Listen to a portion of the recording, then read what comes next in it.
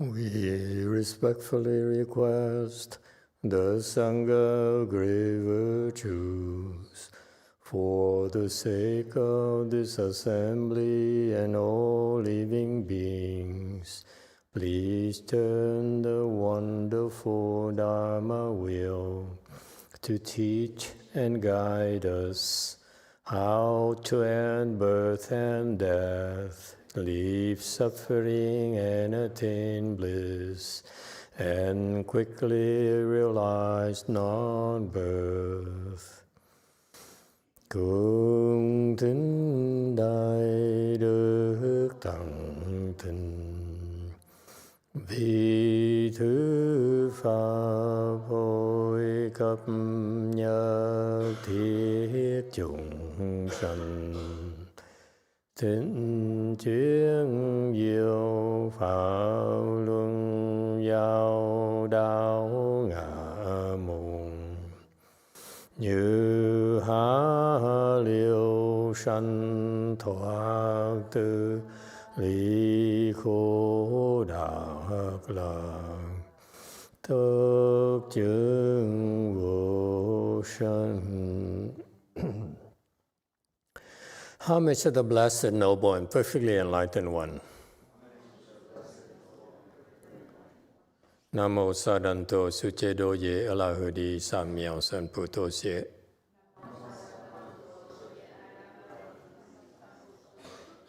Namo Tát Đắc Tha Tô Già Đà Già La Ha Đế Tam Hiệu Tam Bồ Đà Toa.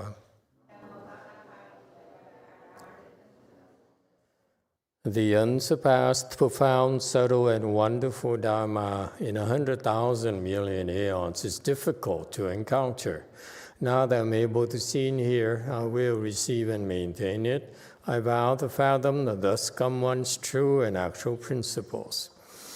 Tu shang sheng sheng wei miao fa bai qian wan jie nan zao yu.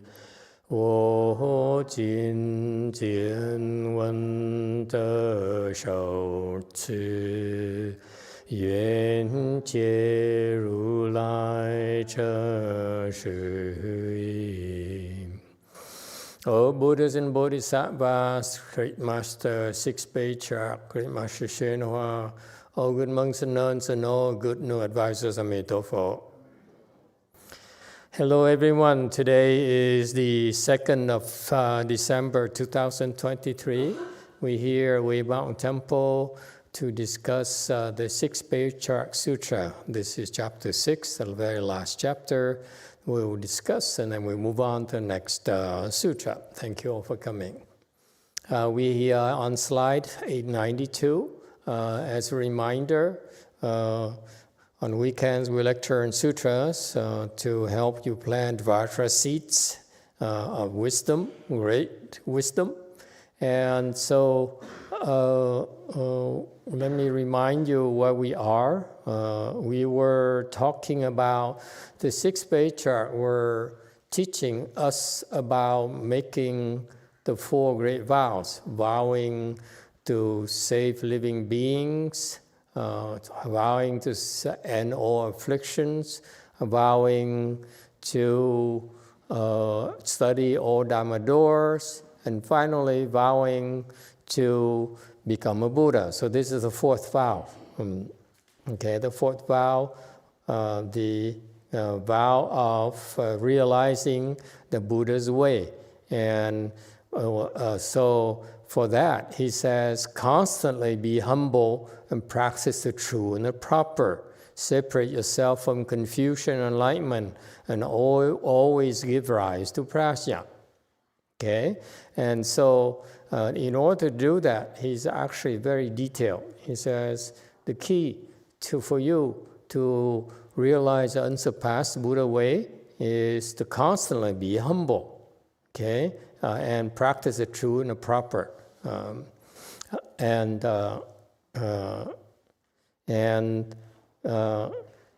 When you, next, this is what we are right now. When you cast out the true and the false, you see your Buddha nature, realize the Buddha way, at the very moment it is spoken of.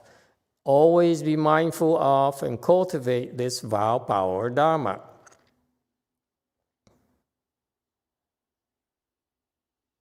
言下佛道成，常念修行是愿力法。 Okay, I think we lost a little bit of the first part in Chinese. 你就除真除妄，即见佛性，即言下佛道成。我先做好我的心。Sorry. Okay, thank you. And so he says, you need to cast out the true and the false. When we practice, first of all, you're taught to practice to get rid of the false. What is the false? What false are we talking about?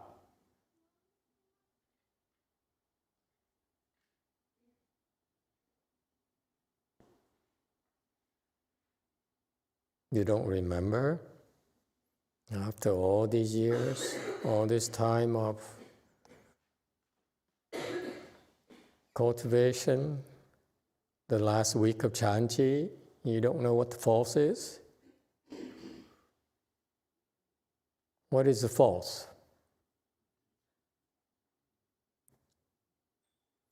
Yes, too. Thank you, Master.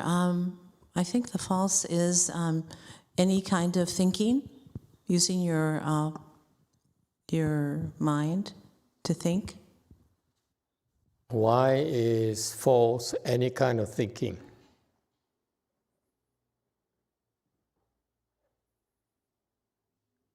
Yes, in the back. 7. Thank you, Master. The fault is everything that has marks. Everything that has marks. Okay, what it has to do with thinking? No thinking? If we think, we put the marks on everything. So if we think about something, I think that's the false thing. All right, anyone else? In Chan, we talk about these concepts. It's commonly taught, especially Master Shenhua. When I first started with him, he taught about the false, and it bothered me for years. What is the false? What's that?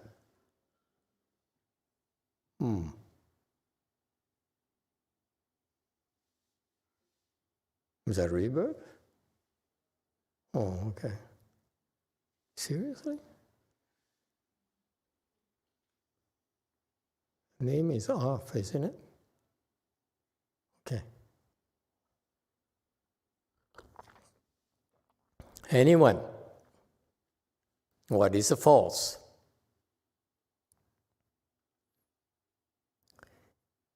Answer from JC.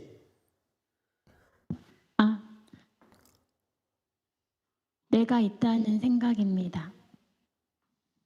자아가 있다는 생각입니다. The thought that I am exist. The thought that exists are false. How do thoughts exist?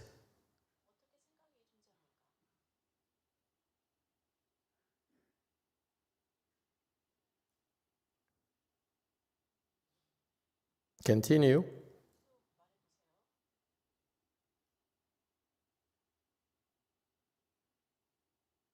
This is fundamental to Chan training.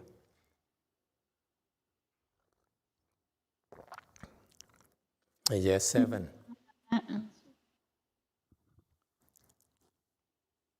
Master, any thought that's false is not true.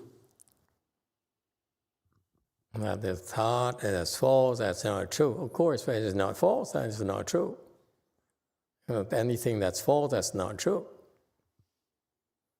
Anything that's not false, then is true.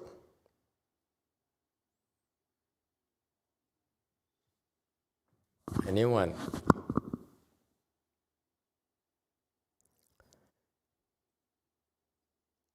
Okay, the false here is correct. The false here refers to false thoughts.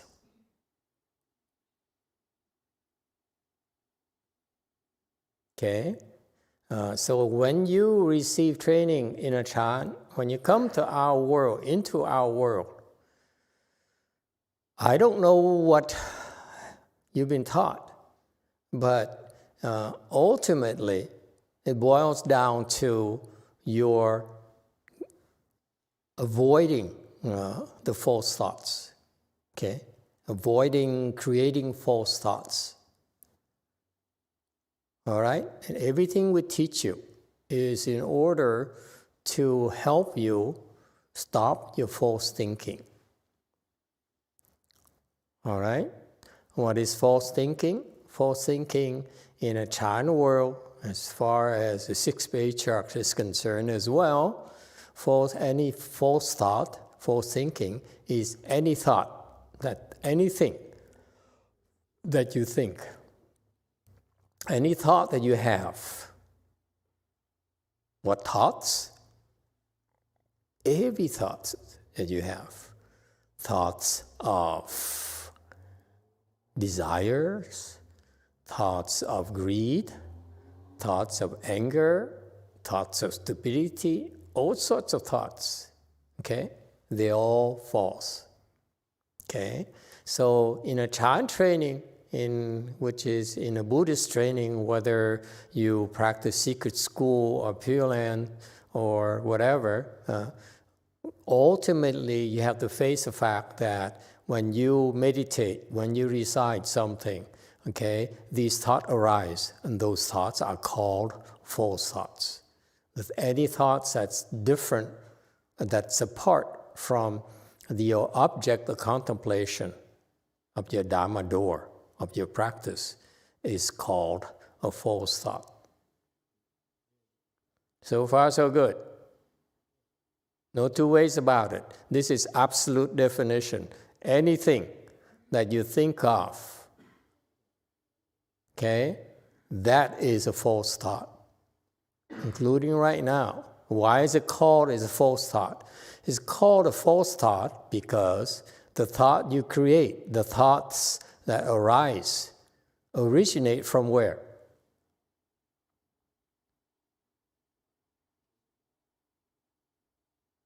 You don't know? Where do they come from? Yes, 8. Thank you, Master. Attachments? Attachments, okay.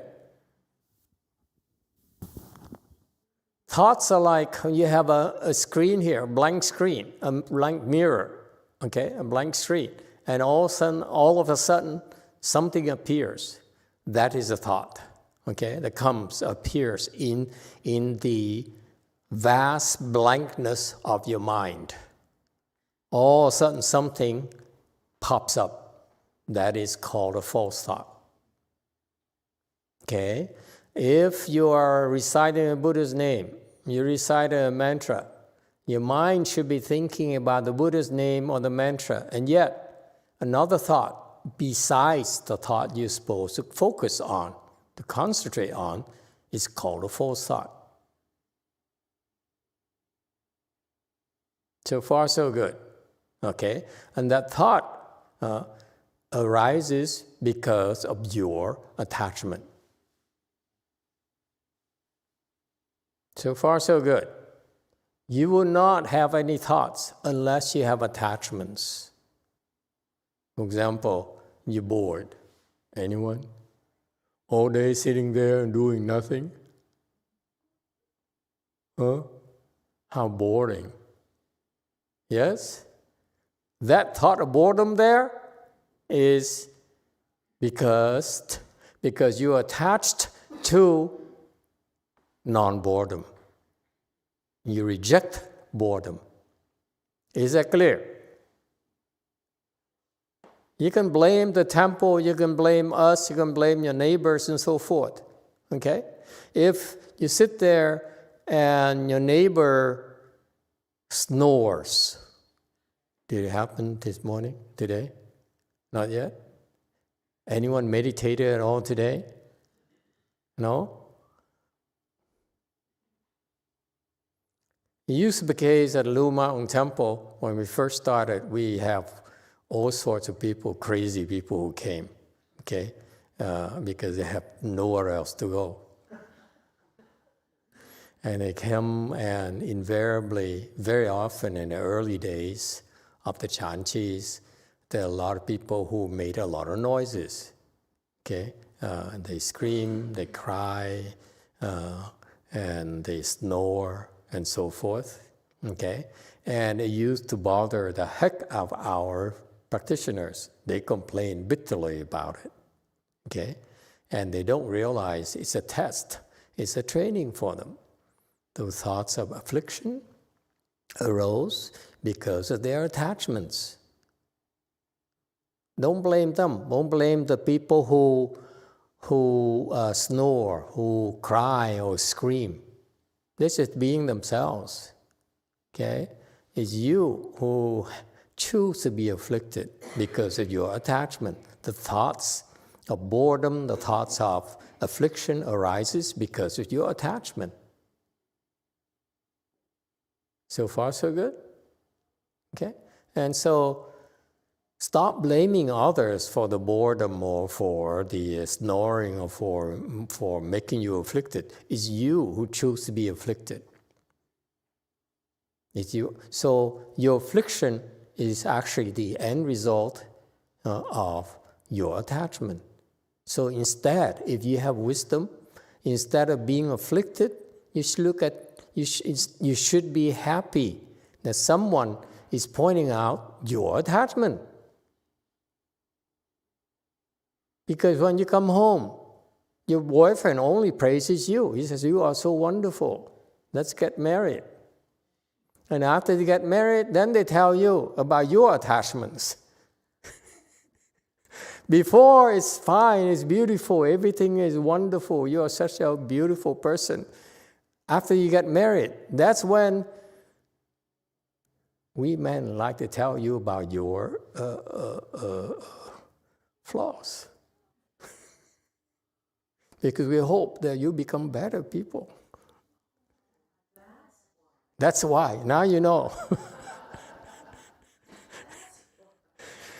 Same rationale. You come to the temple and people may get you afflicted, you bored, because your afflictions there they arise in the form of a thought. I'm bored, I'm angry, how could you snore when I'm working hard? Okay? That is actually, they're doing you a favor. They're pointing out your attachments. If you were by yourself, you wouldn't be able to see your attachments.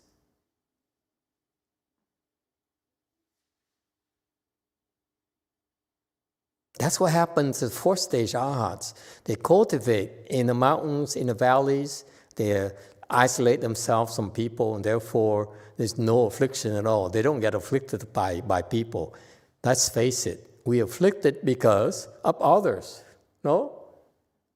Our spouses, our children, our bosses, our mothers, our fiancés, yes?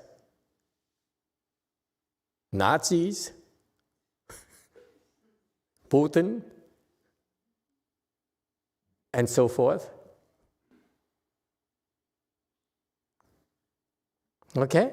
And so, our biggest source of afflictions is others, like it or not. So, the arhats, the Hinayana people, they know that. That's why they isolate themselves. They sever contact with the world, with people in particular, dogs, cats, everything. They sever. They say, I want to get away from you, run away from you. And that's how they experience no more affliction. That's how they reach fourth stage arhats. Okay? But after they reach fourth stage arhat, they come back. to civilization because they have to save their mother. They have to save the ex-wives. The children, maybe. Okay? They come back to civilization. Now, the people afflict them so much, they say, this is too much. The world is crazy. I don't need to put up with it. So they run away back to the mountain and the forest because it's not worth it. These people are not worth it.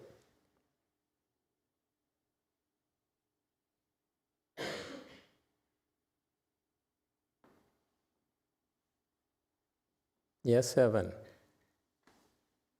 Master, I think that we have afflictions because we've made up our mind that something is disturbing us, and we're taking offense at that grows into an affliction. Is that true? Yeah.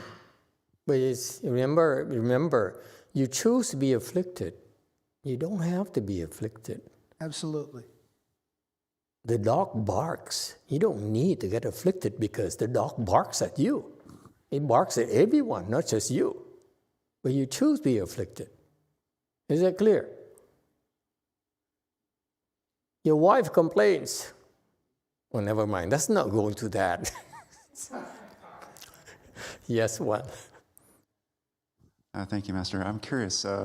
So a four-stage arhat that trains in the forest versus a four-stage arhat that's trained, let's say, in the city. Yes. And they reach that level. Is there a difference now how they react in the world, even though they're both at the same level of consciousness? There's a clear difference. One is that the one who trains in a forest, in the valley, isolated from the world, they become so detached from the world, okay, that what happens is they tend to refuse to go back to the world. As soon as you go back to the world, said, oh my God, I'm glad I divorced you. And they walk away. They say, it's not worth it. Not my children, not my mother, not my father. They're all not real anyway. They detached from everything already.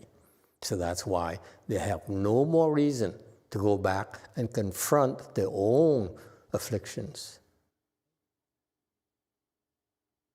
Okay? So what they did for the Hinayana practitioner is that they're able to let go of the attachments, okay? But they haven't gotten rid of the sources of the attachments.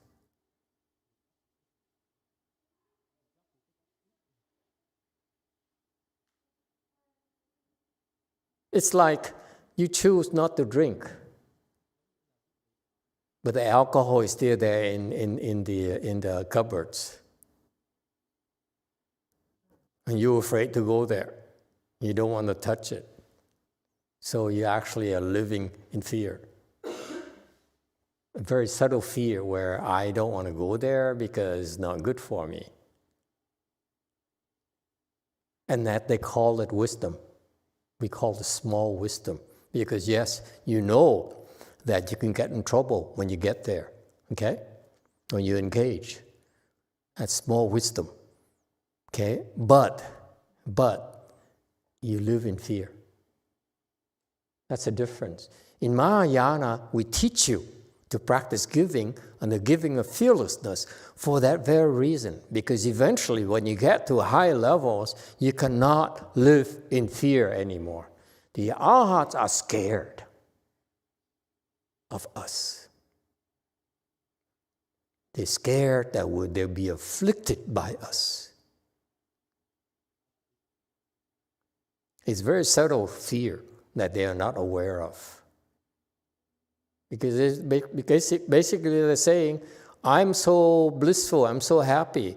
Why do I need to allow you to afflict me anymore? I can choose not to get afflicted. Okay? Well, that choice right there is predicated upon the subtle fear of being afflicted.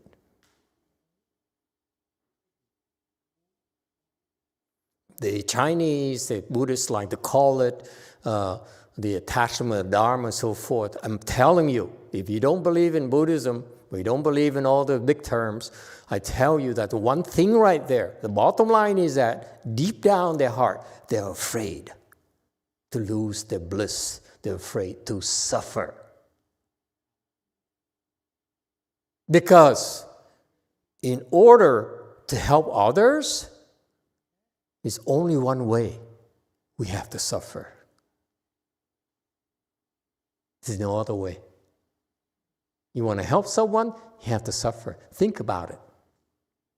You want to help your daughter, you suffer. No? That's how stupid you are. You keep on saying, I want to help my daughter, I want to help my daughter. The suffering goes on and on and on and on. Because you want to help people, you have to take on their suffering. You want to alleviate people's suffering, you have to shoulder their suffering. Someone has to suffer. If not your daughter, it's going to be you. So the arhats, that's a problem they have. Arhat is that they realize that after all the time before they became arhat, they suffered so much. They entered the state where they said, wow, I am so free of suffering. Okay? And they said, wow, this is wonderful. So what they do is that free suffering there, it still has not resolved this very deeply seated fear of suffering. Haven't resolved that yet.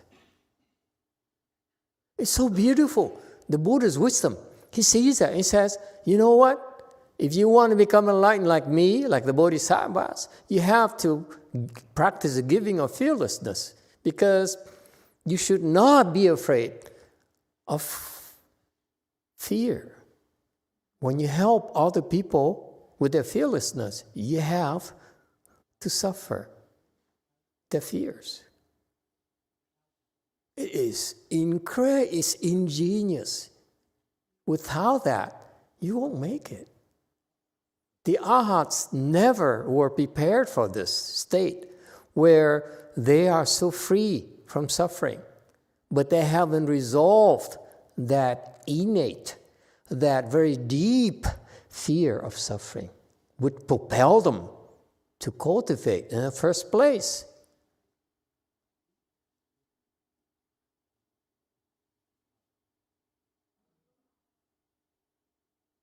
So the question is, what happened to the people who practice Hinayana style, where you isolate from the world and they get there and they experience the emptiness of the self, versus the people who in Mahayana style, like we do, where we practice in the world and we experience a state of emptiness, okay? The difference is that we are prepared. We experience the same state of emptiness as they do. Okay? Same level. But we don't have this gripping fear of suffering like they do. It's a huge difference, folks.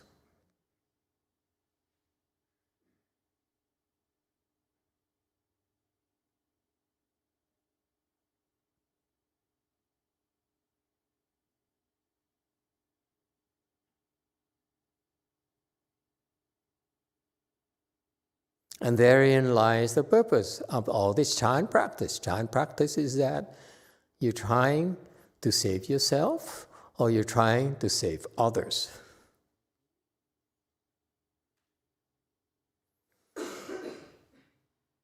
Okay? So the purpose is different. It's a much bigger goal, much more commendable goal. And the process is entirely different because what in Mahayana Chan style or in the Master Huinen's teaching or style of trading, is that in Mahayana, because we have many more ways to help you get to the state of fourth stage Arhat much faster, much quicker than the Hinayana style.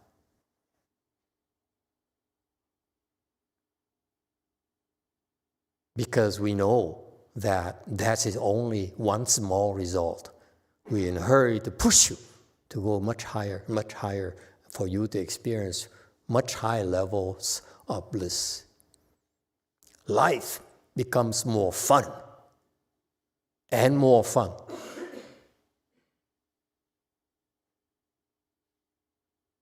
It's like the fourth stage Arhat is like, it's the first time that you try alcohol. I don't know, I don't remember anymore, okay? You try alcohol, you say, wow, this is so cool, I feel so good.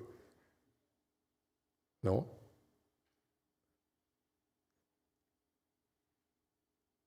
Okay? And after that, the fourth stage Arhat is like, they keep on drinking the same alcohol. Okay? The same whatever, beer, whatever. Okay? Or soju. Okay? And for Mahayana, okay, we experience alcohol, but then we tell ourselves there must be other things that's also equally good. Okay? So we tried vodka. We tried champagne. You see? Because we're not afraid.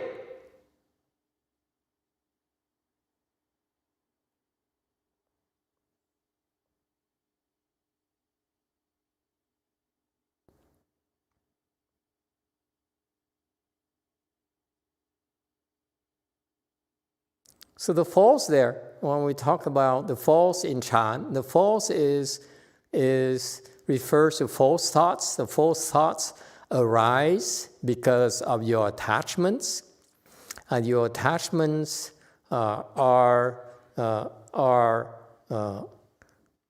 the engine that makes your mind produce thoughts.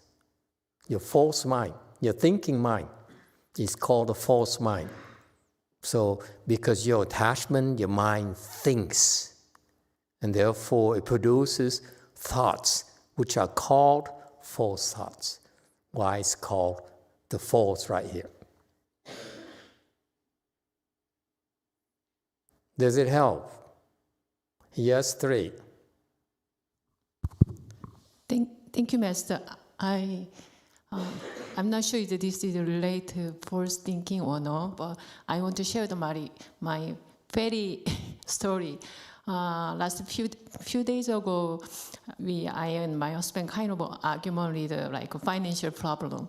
So I don't want to always say in my mind, I don't want to afflict my husband whatever he say to me. So, but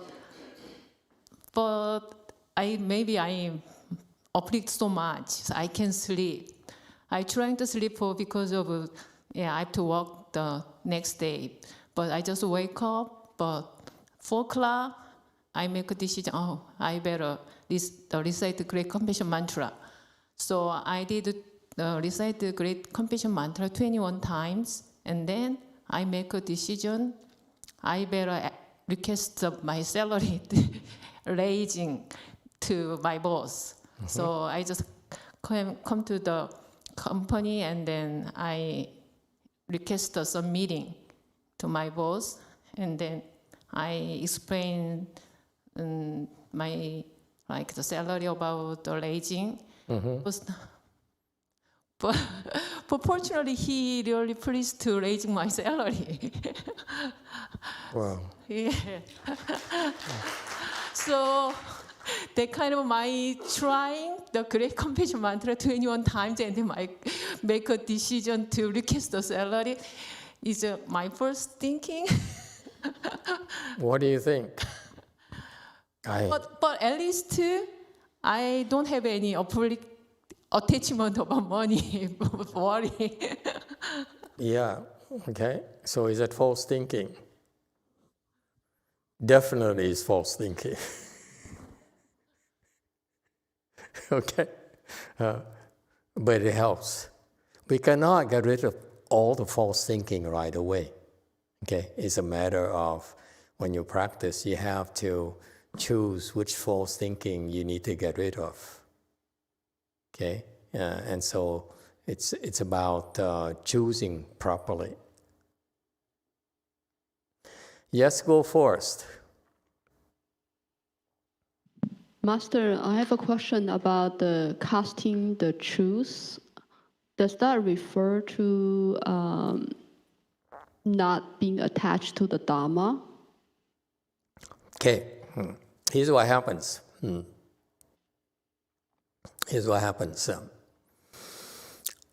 So you have attachments. Okay, that's why your thinking mind, your false mind, thinks, produces thoughts. Okay, so therefore you cast out the false, meaning you stop thinking. In order to stop thinking, what do you need to do? Chop the attachments. As long as you have attachments, you will think. You will do thoughts. No two ways about it. Is that clear? So to cast out the false, meaning you have to do what? Throw away attachments.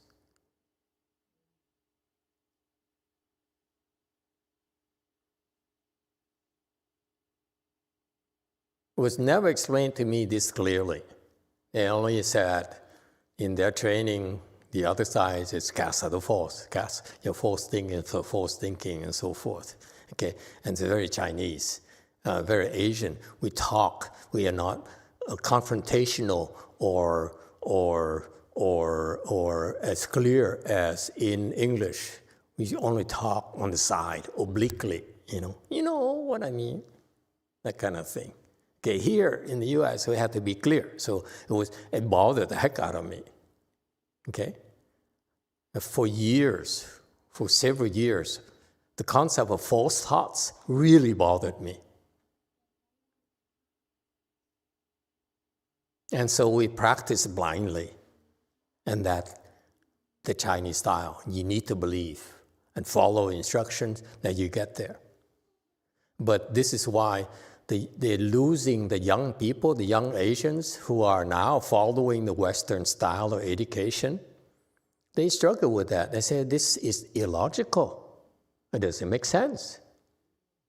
Why would I, as smart people, would listen to you, someone who's uneducated, who has no accomplishments, or totally uncultured? Why should I listen to you? Big problem with young people. This is young people, they don't come anymore because they say, hey, what you're asking me to do, it doesn't make sense to me. It's never explained to them. So, yes, the process, the methodology that Master Shuhei brought to our country is fantastic. It really works. But it only works if you are willing to endure, to undergo the training. But if it doesn't make sense to you, why would you be willing to do it? So that's inherently is a weakness of the Chinese style of training, because it's illogical. And educated people demand logic. They will not be willing to make a fool of themselves. Especially we are unimpressive. We are beggars, we're poor, and so forth. We're losers, we're parasites of society and so forth. All the names you can think of, we are.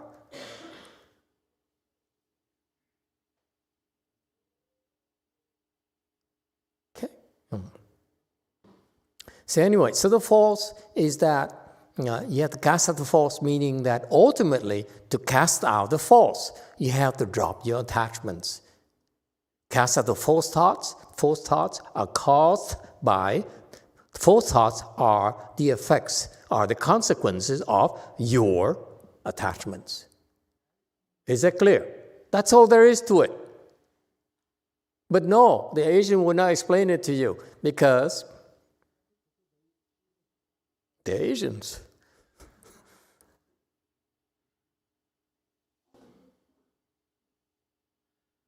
So far, so good. So to cast out the false means you have to recognize your attachments and drop them. That's what it means.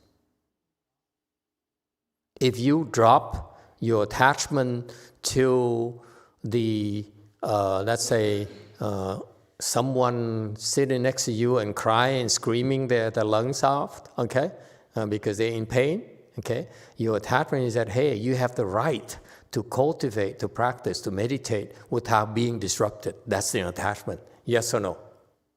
We were very brutal. Other places, they would go and say, hey, you, who's crying, who's screaming, who's snoring, get out. What are we doing to your attachments? Nothing. It's still there. But when we force you to sit there and go this and sitting in sauna and cursing the master and say, this master is something else. What is he doing? You know?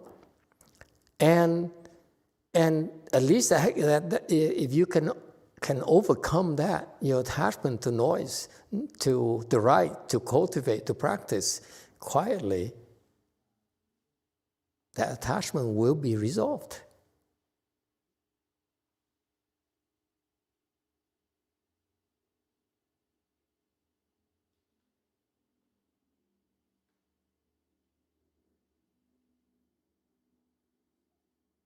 So that's why this process of Chan is that eventually you understand, you get better and better at this. You understand, you have a thought, you say, whoop, I'm thinking about this. What is the root source of my thoughts? Which attachment is that?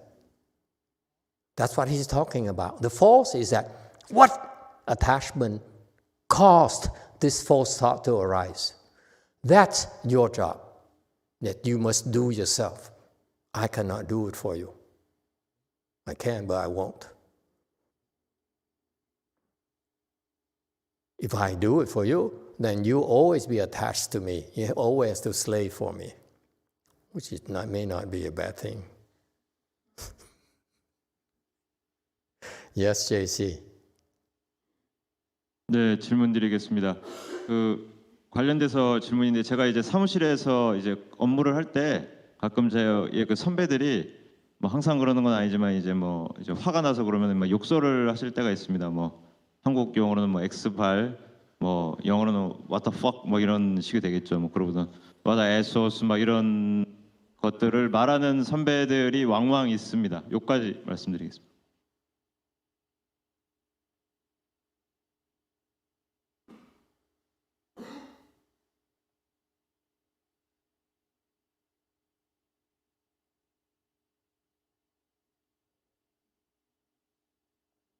Sure.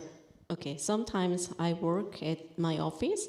Then sometimes people got angry and they curse. They do some bad word to me.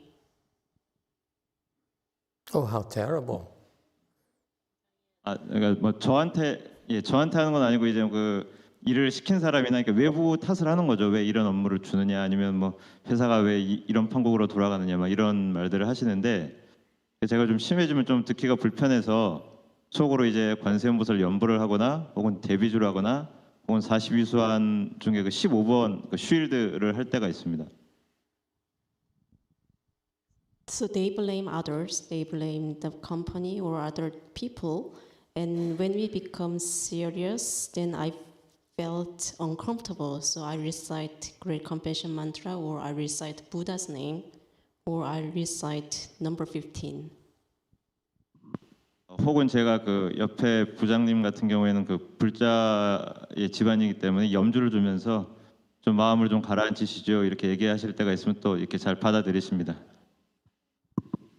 And one of my senior is a Buddhist, so sometimes I give the beads to him and then please calm your mind. 이게 어떻게 보면 이런 방편들인데 지금 마스터님 법문을 듣고 그런 이제 뭐 연불이나 대비주라는 방편을 하기 전에 그냥 아무것도 하지 말고 그냥 그 무작행으로 그냥 있어야 되는 건 아닐지 그런 그 이제 직감이 들었는데 이런 방편들을 하는 것도 이제 어떻게 보면 집착을 떼는 하나의 그 수행이 될 수 있을지 아니면 그거조차도 그냥 하지 않고 그냥 아무것도 하지 않고 있는 게 맞을지 여쭙고 싶습니다. So I use this expedient to get rid of my attachment. But my question is that should I use this? Can I use this expedient, or should I do nothing? You can, and that would help you temporarily, okay? Until one day you will be so strong that you don't need to use it anymore. So it's a natural progression. All I'm doing here for you is share with you my experience. It bothered me for over 10 years, the concept of false. Because I could not ask anyone what it meant. And since I would not quit, all I have was to follow the instruction and kept on doing it. And doing it until one day, like what I use mantras, I use this, I use that, until one day, okay, it happened. I discovered this concept. All it means is that instead of doing that, one day you consider dropping the attachments, which is a lot faster than reciting mantras.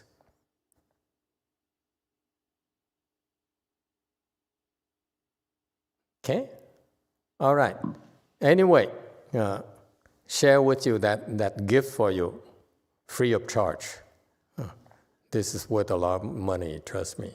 If I were to counsel you, I would charge a lot of money. Okay? But since the sixth patriarch explained it for free, I'll explain it for free for you as well. Okay? So the false. So the false is that just remember this, and one day it will be clear to you. For now, do whatever you need to do to not get afflicted. That helps. And eventually, as you continue, one day you wake up to the fact that, I need to drop my attachment to cast out the false. Because that's what the great teacher said. And one day it will click in your head. Okay? So far, so good? It will happen to all of you. Eventually. Naturally. But with us, it will be faster because I afflict the heck out of you. If you're not afflicted enough, I will afflict you. That's the difference. Okay? The arhats, they run away from you because they're afraid of you. Okay? But here in the temple, we find ways to afflict you so that you have no choice but drop your attachments. So that's what the difference between you and the Sanghans. The Sanghans, they abuse a lot more than you are. Because I know if I overdo it, you run away. You don't come back anymore. They have no choice. They run away, they have nowhere else to go. No one who would be willing to treat them so badly.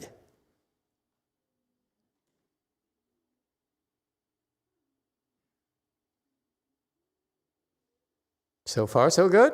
Okay, that's cast out the false. If you do that, there's an order. If you do cast out the false, don't tell me you're trying to, don't follow here, cast out the true and the false. No, the order, if I were the Master Huineng, I would say, cast out the false and the true. Because you first need to cast out the false.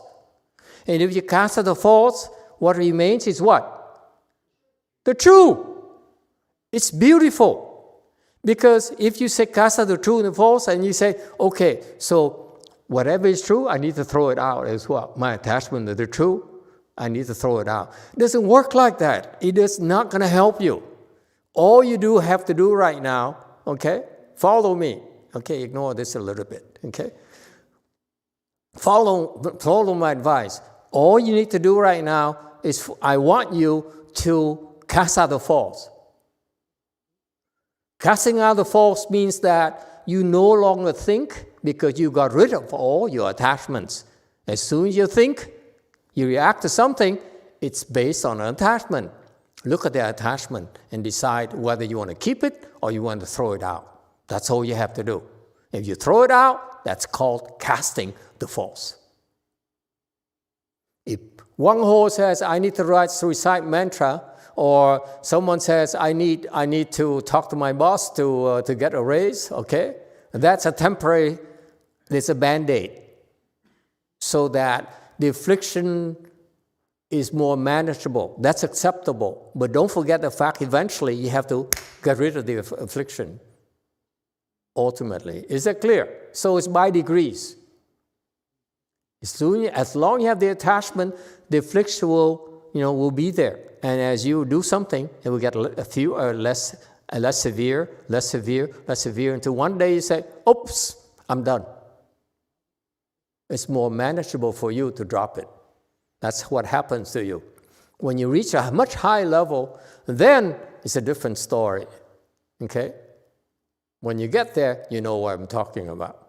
You don't, then you have to pay. Because by then, you're enlightened, you'll be so wealthy that you can afford to pay me. Right now, you're poor, so I don't care. Okay, that's my logic. I go for wholesale, I don't go retail. Okay? So, this is a gift for you. Cast out the false. Try your best to reduce your affliction until you can drop your attachment. That's the practical thing you need to do. You cannot say, I will renounce my daughter. That's not possible. I will renounce my son. That's not possible.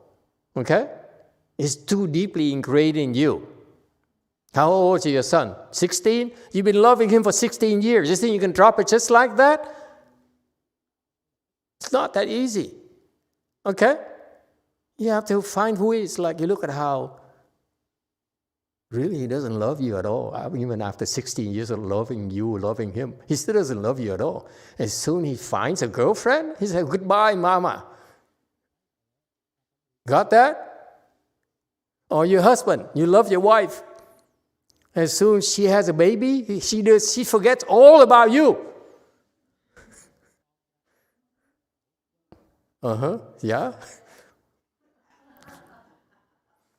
You see, so it's by degrees. You have to reduce your attachment, okay? You become less and less attached until one day you say, okay, I'm done. That's where you are right now. Until you get higher, then it's a different style of resolving your attachment. Yes, 3. Thank you, Master. I'd like to share a story. My husband tended to have a little bit of a road rage. So every day I A little bit? Okay. Road rages are never a little bit. Let me tell you, speaking from experience. And he loves to honk at everyone, and it really scares me. So I have to confess, I have an attachment to the safety. And I try to say to myself, this is not real, but it's real when it comes to safety. And he honks at people, and there's one instant where a truck driver actually follow us. And I've been telling him not to honk at people, but it's challenging. So I'm very glad to be here and meditate so that I could reduce affliction towards to him. Thank you, Master. Still sounds like you still have a long way to go.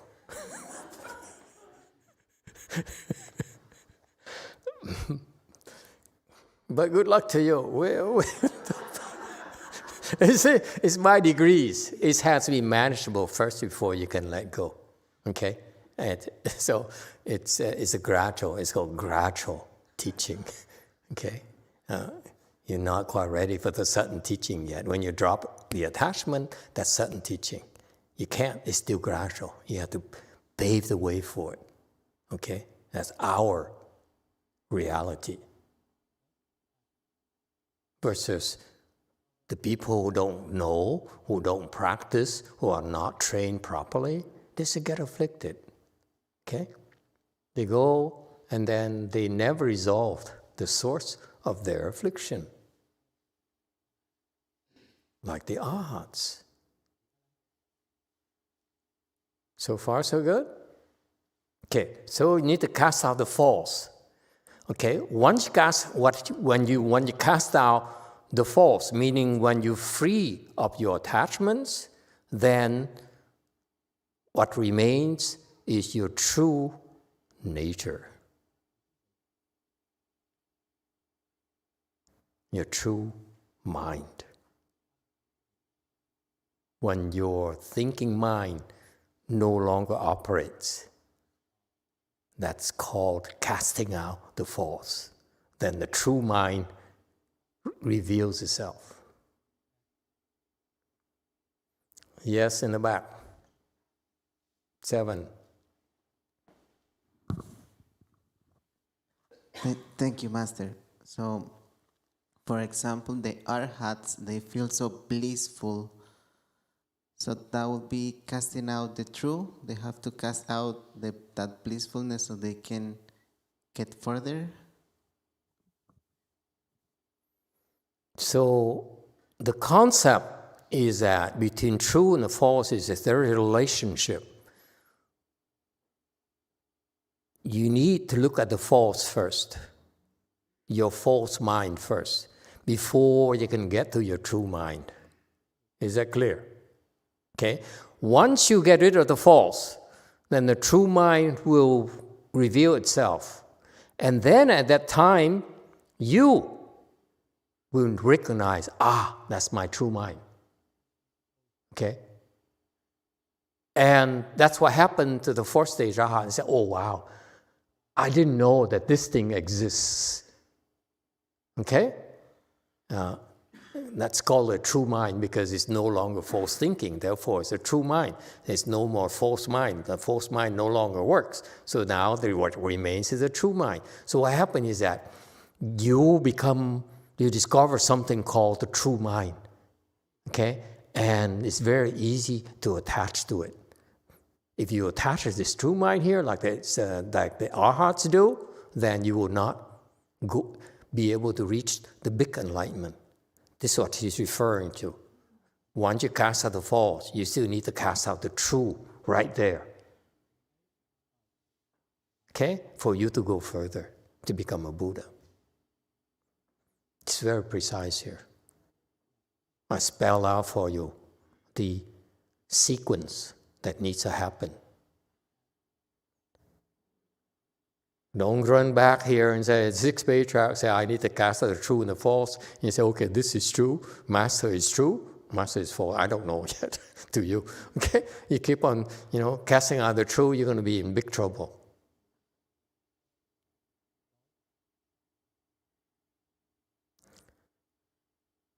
Does it help? Yes, too. So, Master, I have a question. So, about casting out false and true thoughts, it sounds like to me it's a part of progress. So, there's so many attachments that we have. As we drop our attachment, are we going to able to see the true thoughts according to those attachments? And then you see more and more and more in the end. And then you see only left is the true thoughts? Or is it like you're always false thought and suddenly at one moment? Let's not go there. I cannot reveal you everything to you. I will not reveal everything to you. You have to follow the instructions. Then you know what I mean.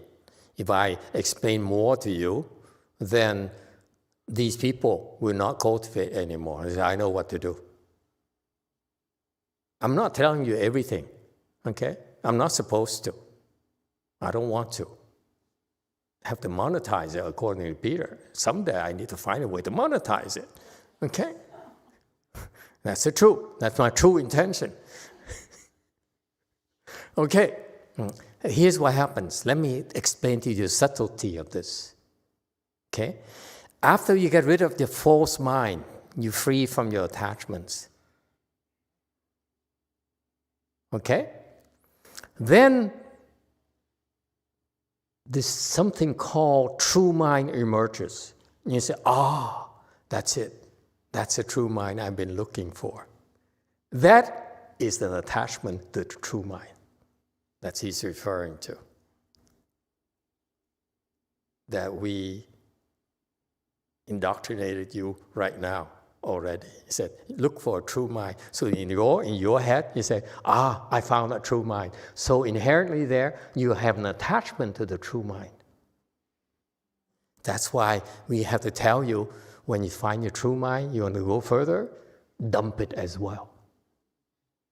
It is so important. The arhats are not taught that. That's why they hang on to the true mind. What they thought is a true mind was only a small part of it. Is that clear?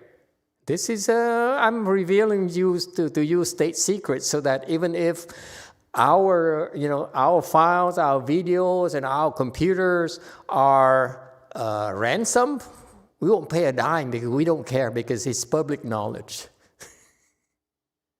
Okay?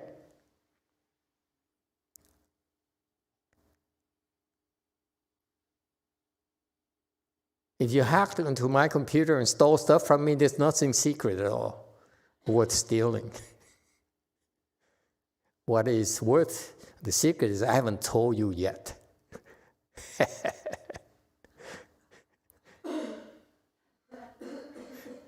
Yes, 4. 네, 마스터, 선칠 하면서 계속해서 걷고 앉고 하니까 망상이 많이 올라오는데 계속 하다 보면 이것도 자연적으로 사라지나요? During chanchi, I sit and I walk and I keep doing it. And then the thought arises in me. But if I keep doing this thing, then the thoughts in the end will disappear? Yes. Eventually. Naturally. Anyone else? There's a secret recipe. You have to do it. I cannot explain everything to you. Anyone else? After you cast out both the false and the true, okay, and we out of reverence to Master Huineng, we will not change the order, but my personal instruction to you is go for the false first. Okay, and naturally, when you have no more false, even whatever you have, throw it out as well. Then you see your Buddha nature. If you didn't throw out the truth, you cannot see the Buddha nature. When you're at that point, you say, what Master Yonghua told me is true. You have to throw that out as well. You have to throw me out as well. What Master Yonghua? Who's Yonghua? I don't know him. And you become ungrateful.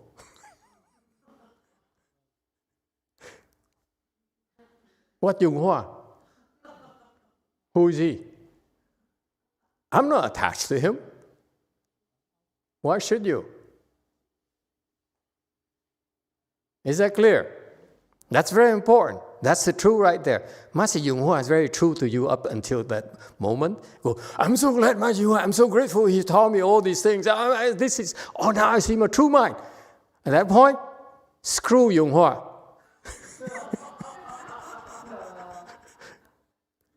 You have to.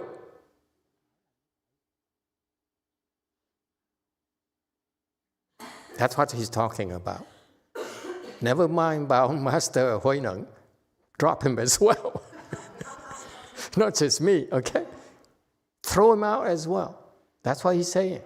Throw me out, throw Yonghua out, throw Suinhua out, throw Buddha out, throw everyone out. There's no more Buddha.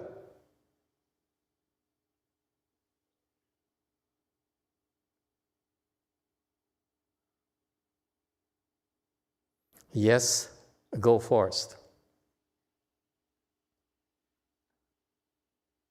Master, I would like to clarify some terminology. So there's true mind, and then there's self-nature, those are different, right? True mind is the fourth stage aha level, and then self-nature is the enlightenment level. It's not the way it is. Okay, just I'm describing to you the sequence. All you have to memorize is that. Okay, don't try to understand.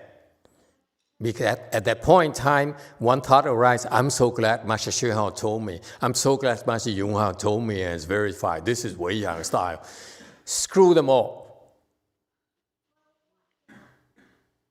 Okay? It's nothing.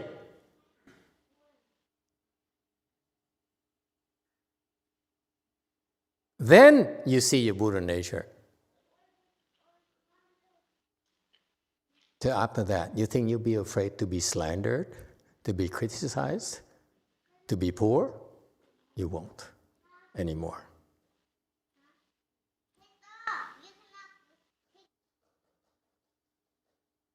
That's why that's a promised land for our Sanghas. They'll be poor forever.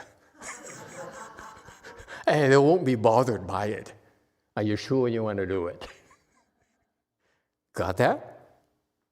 Okay?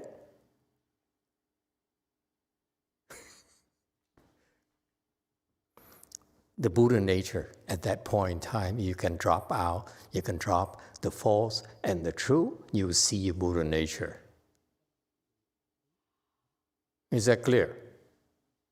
This is very precise instructions. Okay?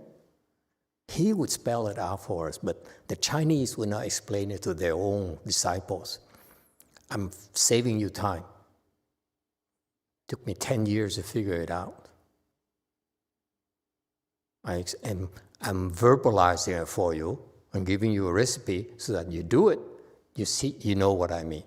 It will save you a ton of time because you go to the forest, you hide away behind the four walls. It's too slow. Okay? You see your Buddha nature. And realize the Buddha way at the very moment it is spoken of. Okay? Now I'm asking you, I'm revealing to you.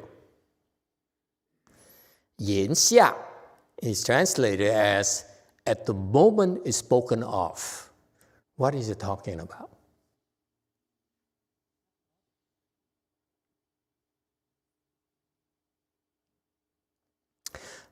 Yes, 7, Colombia.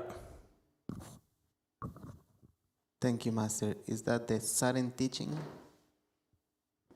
Absolutely.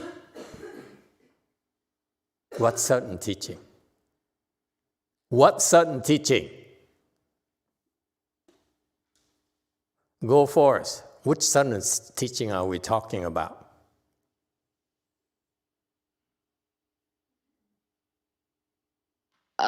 Sorry, I don't know. I was going to comment on... One. Yeah. What sudden teaching are we talking about? Thank you, Master. My guess would be that's the fixed sudden teaching. Fixed or unfixed? Fixed and not secret. Okay, unfixed. Okay. Yes, yesterday's lecture. Yes, 7. And sudden teaching that there's nothing in the Buddha nature. No true, no false. Anyone else? See, it's funny how none of them are Master Xuanhua disciples, none of Chinese disciples asked their teachers, what's 言下? At the moment of speaking, what does it mean?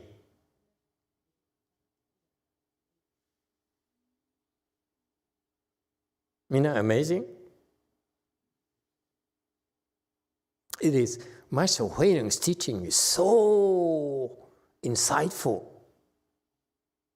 that it's a pleasure for me to go to revisit it for a second time because I'm revealing to you what really is going on that I didn't dare or didn't have the clarity of mind to reveal it for you the first time we explained chapter 6 here. Yes, go first. Master, I think 言下 means upon hearing the words, there's no thinking or doubt.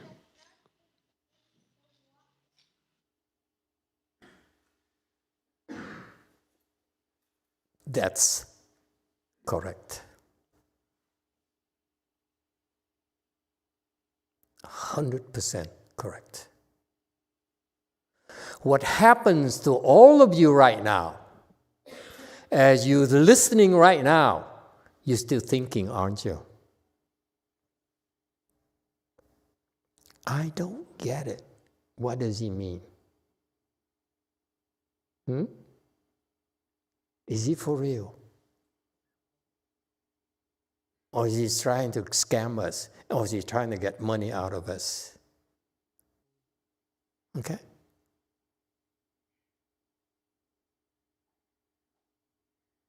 Yanxia is that the moment you hear the sudden teaching that is bestowed upon you, you just believe.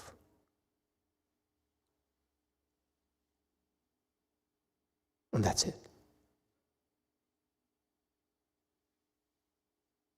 That's why in the China world, there's an anecdote.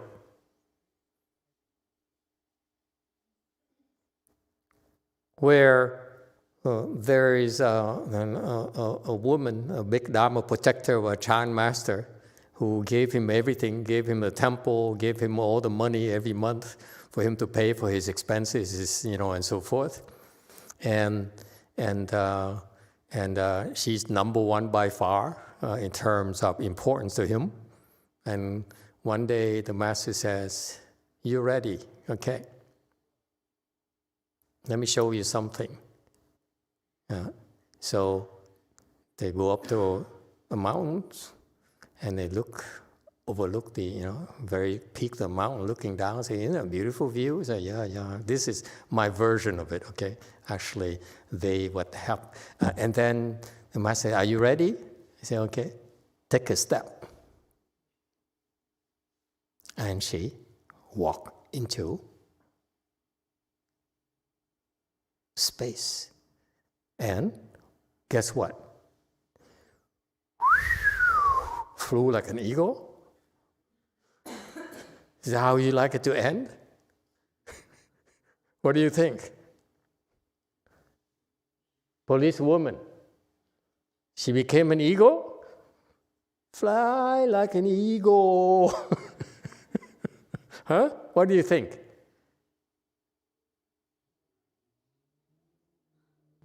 She fell down and died.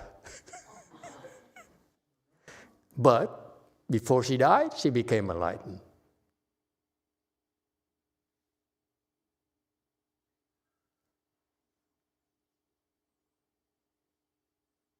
That's authentic training, Weiyang. Anyone? Any takers?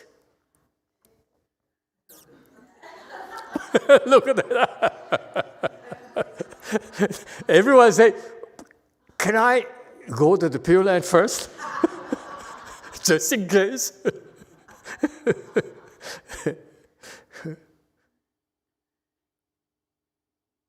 If you're scared, go to the Pureland.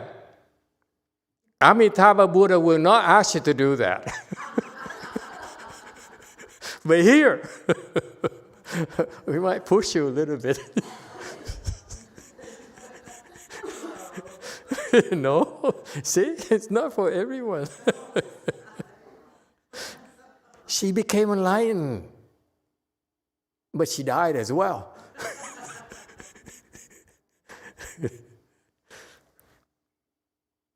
And that's what in the Chan world we said, cultivating Chan is like climbing up a 100-foot pole.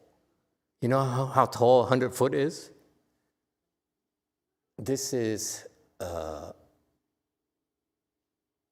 20 feet, 23 feet. The ceiling is 23 feet, the white wall. Okay? So it's 4 times higher than that. So you climb up this 100-foot pole, okay? You get up there, what do? You walk into space. That's Chan training.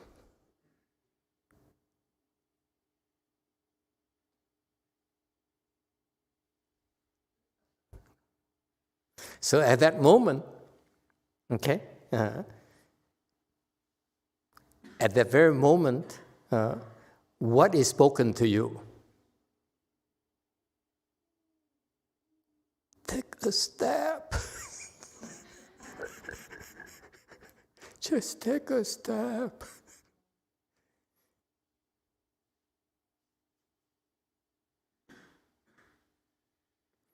And if you hear it and you take a step, you become enlightened at that very moment, guaranteed. But you also die as well.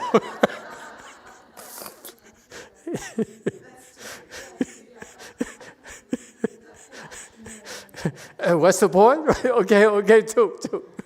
The women are up to something. It sounds like there's a two guaranteed. It's enlightenment and death at the same time. 2 for 1 or something. Okay, 7. 7 is complaining too. Master, if she became enlightened, why did she die? Enlightenment doesn't mean you don't die, hey dude. You don't? The enlightened people like Buddha still died.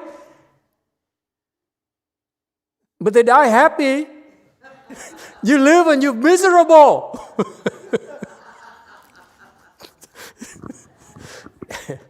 Okay? Any other questions? Any other complaint? Objections?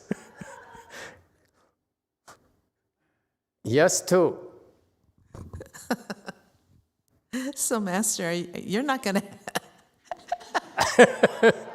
Take a step. I can't even say it. Just take a step. Do you believe me? Take a step.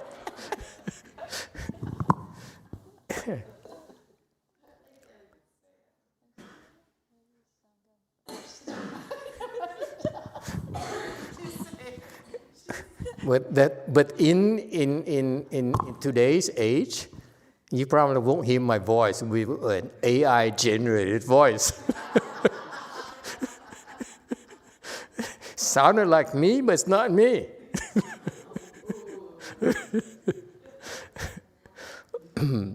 Yes, JC. 집착을 내려놓고 불성을 이루면 뭐가 좋나요? If we get rid of our attachment and then we become Buddha, then we become the Buddha way, then what's good for us? You live forever. You die, but you become a Buddha and live forever. I promise.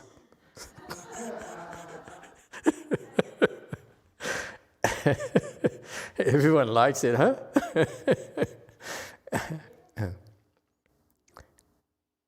Yeah? He's still not satisfied. He's still not convinced. He struggled with the concept, I have to die before I become happy. Forever. 집착을 내려놓고 주위에 아무도 없다면 그게 더 불행한 거 아닌가요?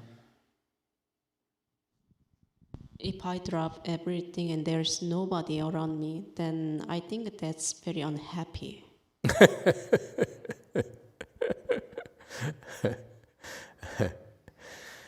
Well, so what do you want? You want to become Buddha? Or you want to be miserable?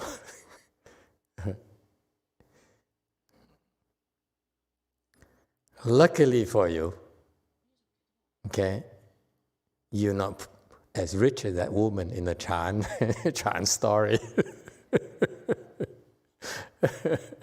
So there are other ways that you can become you can see a Buddha nature at the very moment it's spoken.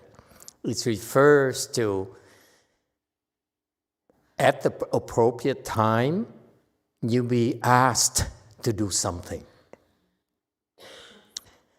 In a Chan school, we like to show you the example of the climbing up a 10-foot pole to tell you how difficult it is. And we reach the top, and you're so satisfied with yourself, so proud of yourself.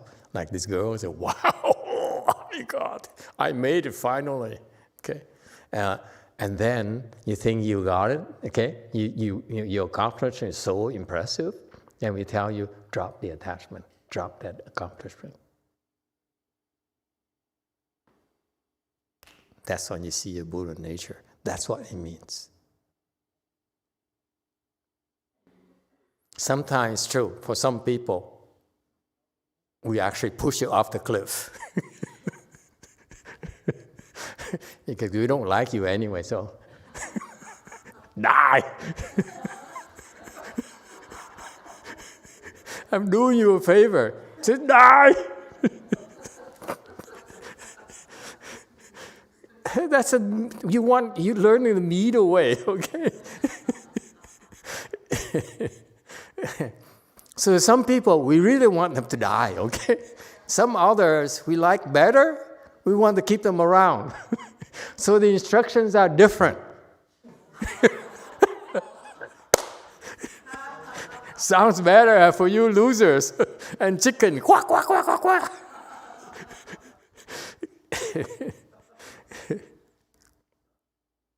Does it help? Yes, Trey. Thank you, Master. So once we attain 4-stage Arha, it is possible to lose our level just like that, right? We could climb 10-foot poles and one next day could drop to level 0 or... Not necessarily. You could, but there's no reason why it should happen to you. Another scenario would be you leap off, you jump, you leap off the cliff, but then you fly like an eagle. Fly like an eagle. Because you have spiritual powers. There's many scenarios. Don't worry. Or you die, and then we send you to the Pureland. Okay? There's so many good endings. Have no fear.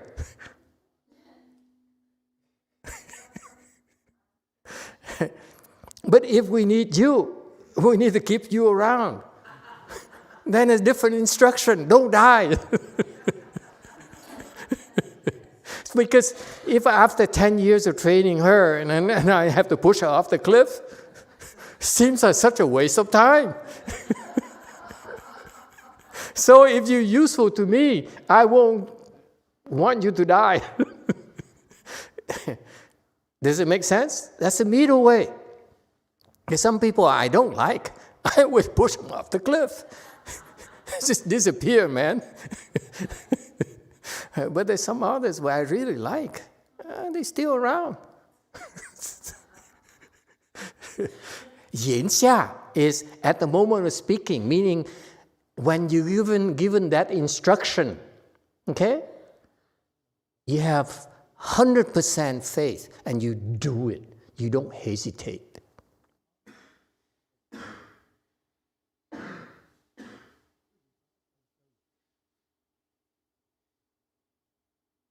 For example,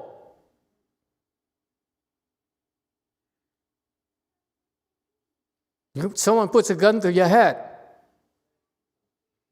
and you say, I'm going to kill you. Okay, and you say, can I have my last cigarette? He says, no. Can I call masteryonghua? And he said, who's he? I want to say goodbye to him. And he said, okay, go ahead, fine. Okay. But smoking is no good for you. So can you call him? So you call masteryonghua, and Yonghua says, Master, he's going to really kill me. And I said, no problem. Recite the Buddha's name. And he say what? And bang, he kills you. Because you didn't do what I asked you to do. If you recite the Buddha's name, it might, something else might happen. You see that? So the Yan Xia means the instructions. It's not just anything. At that moment, are you willing to follow the instructions or not?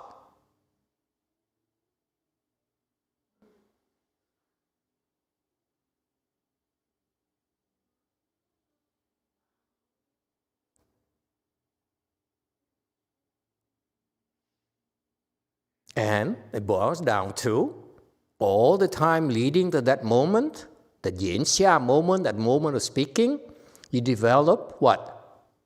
What are you developing? Quickly, I'm running out of time. When it's 8:50, I'm going to stop. Faith. And it's no more secrets for you. Yes, two. Quickly. Faith.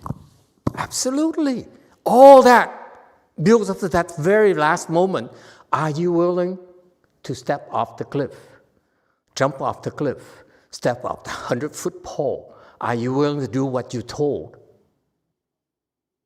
At that moment, that's the only time that it counts. Your faith counts.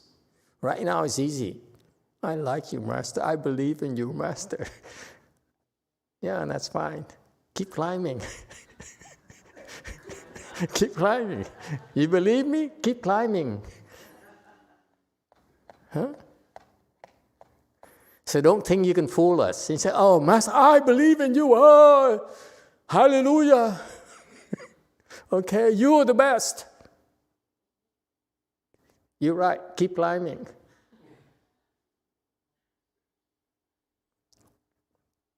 Isn't that cool? What he's talking about is so beautiful. Always be mindful and cultivate this vow, power, dharma. Meaning it says, make sure you vow these 4 great vows here. Vow to save living beings. Vow to cut off your afflictions. Okay? Vow meaning cut off your attachments. Vow to study. Okay, forever. Vow to become a Buddha. If you do that, your teacher will take care of you. That's what he's saying. Does it help?